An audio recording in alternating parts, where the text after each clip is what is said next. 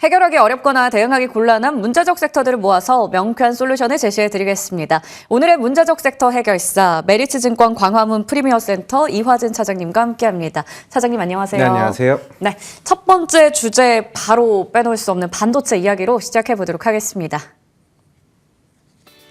삼전 닉스, HBM 덕분에 나란히 역대 최고 실적을 달성했습니다. 다만 장 초반에 신고가 경신 후 빠르게 차익 매물이 나옵니다. 그래도 AI 수요 폭발에 따른 HBM 매출과 D램 낸드까지 향후 메가 사이클을 기대한다면 지금을 기회로 삼아볼까요?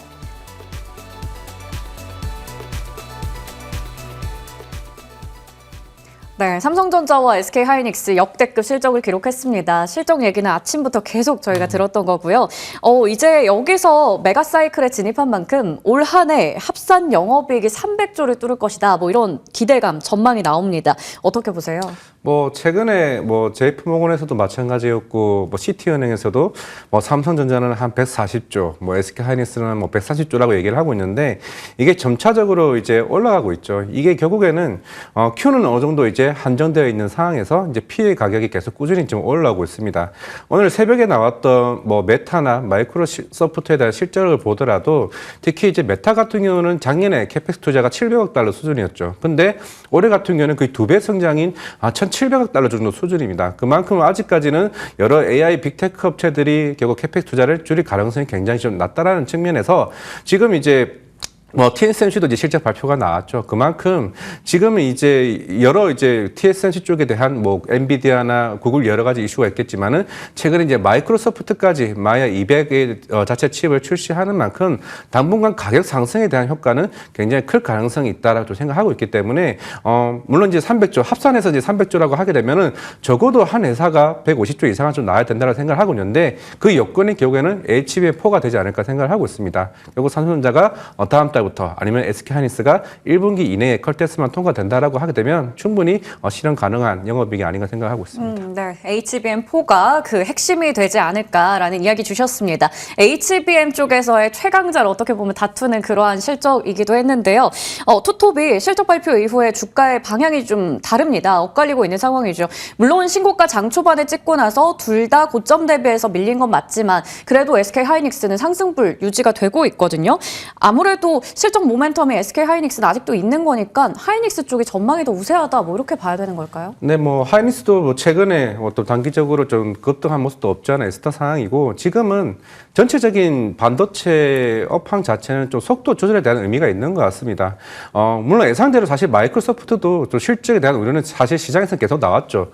왜냐하면 작년 9월부터 메모리 가격이 굉장히 크게 좀 반등이 해오면서 최근에 이제 블랙웰이나 이제 허포 쪽에 대한 가격도 같이 덩달아 올라왔습니다. 그럼 당연히 빅테크 입장에서는 그에 대한 비용이 굉장히 클 수밖에 없었던 좀 상황이었기 때문에 결국에는 SK하이닉스와 이런 삼성전자 입장에서는 실적에 대한 우려가 크게 미스가 날 가능성이 굉장히 좀 낮다라는 의미죠.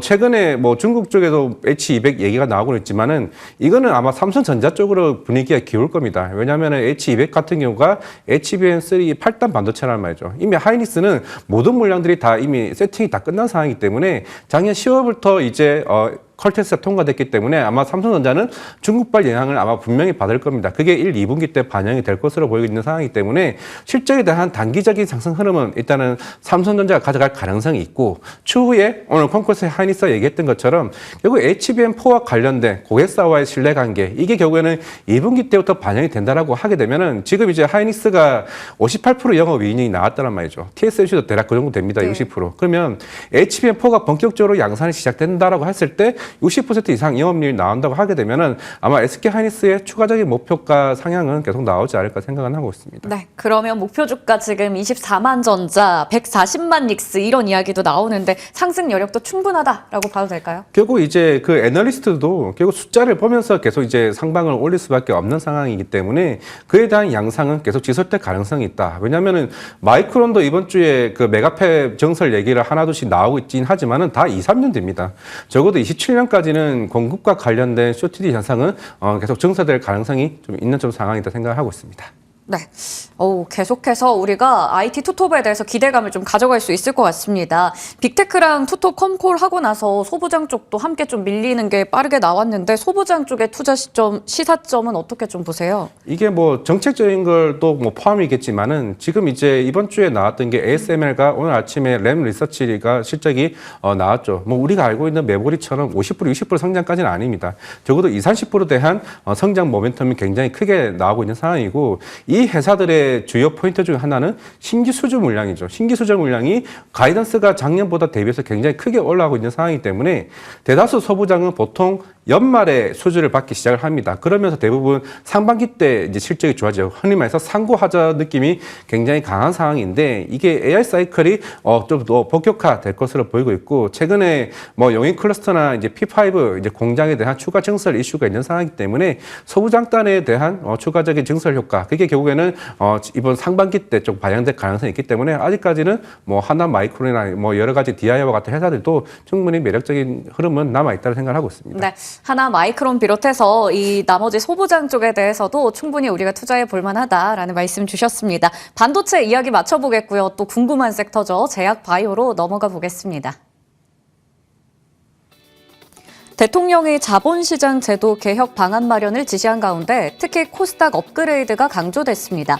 제약바이오에 기대를 걸게 되는데요. 어닝 서프라이즈 후 숨고르는 삼바와 셀트리온, 개별 호재의 상한가인 신라젠, FDA 허가 신청 이슈가 있는 HLB까지 제약바이오주 담아도 될까요?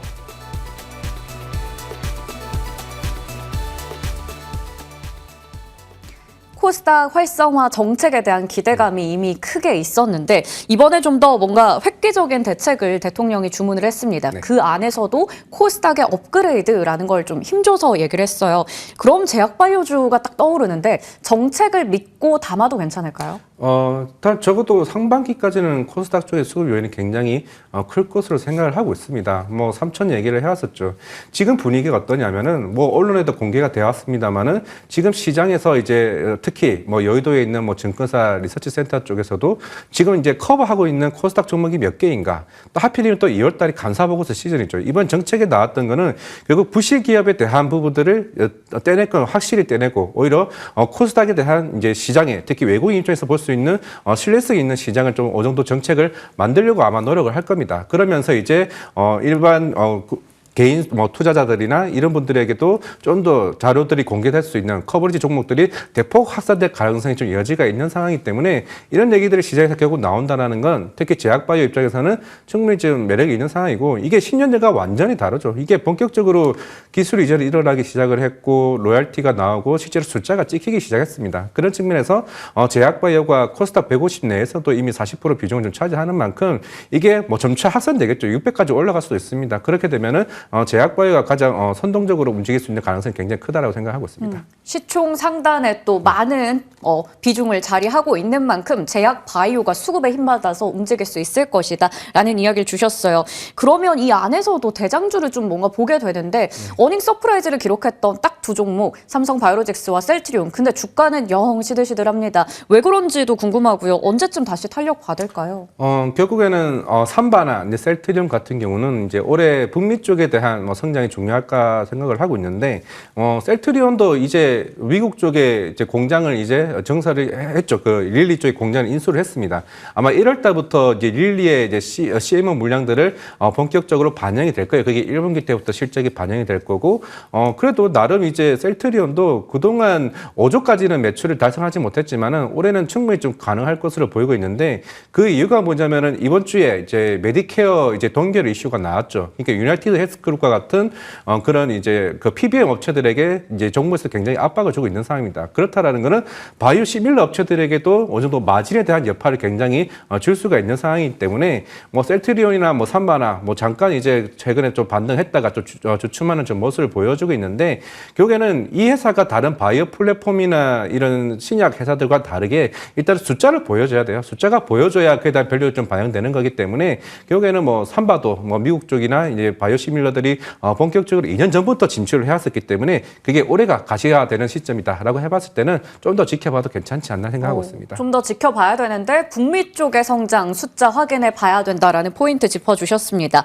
그리고 바이오 안에서 많이들 궁금해하실 게 너무 카테고리가 다양하다 네. 보니 신약 플랫폼, 뭐 기술 이전 이런 쪽 봐야 될지 비만 쪽을 봐야 될지 아니면 뭐 여러 가지 다양한 또 호재 있는 쪽들이 있습니다. 바이오주의 투자 초점 이 대표적인 두 가지 중에서는 어느 쪽에 맞춰볼까요? 일단은 신약 플랫폼이 단기적으로 좀 맞다라고 생각을 하고 있습니다. 왜냐하면은 지금 대부분의 스케줄 라인이 3월 달에 좀 집중이 되고 있습니다. 에이프리 바이오도 임상 이제 마무리가 3월에 결과가 나오게 될 거고 특히 이제 아마 이제 RTO제는 어차피 코스피는 이전 상장을 하겠지만은 ABL 바이오 같은 경우가 최근에 이제 컴패스 테라피틱스의 ABL 001이죠. 이게 2-3상이 3월 달에 최종 결과가 나옵니다. 이게 결국에는 로열티를 받을 수 있는 최초의 이제 파이프라인이기 때문에 이게 28년도부터 이제 만약에 로열티를 받을 수 있게 되면 실제로 ABL 바이오는 연간 한 1,000억 정도에 대한 수익이 잡혀지게 될 수 있는 상황이다 보니까 그것도 굉장히 중요하고 그리고 ABL 바이오는 ADC 이주 항체를 이제 2년 전에 1,400억 유상증자를 했죠.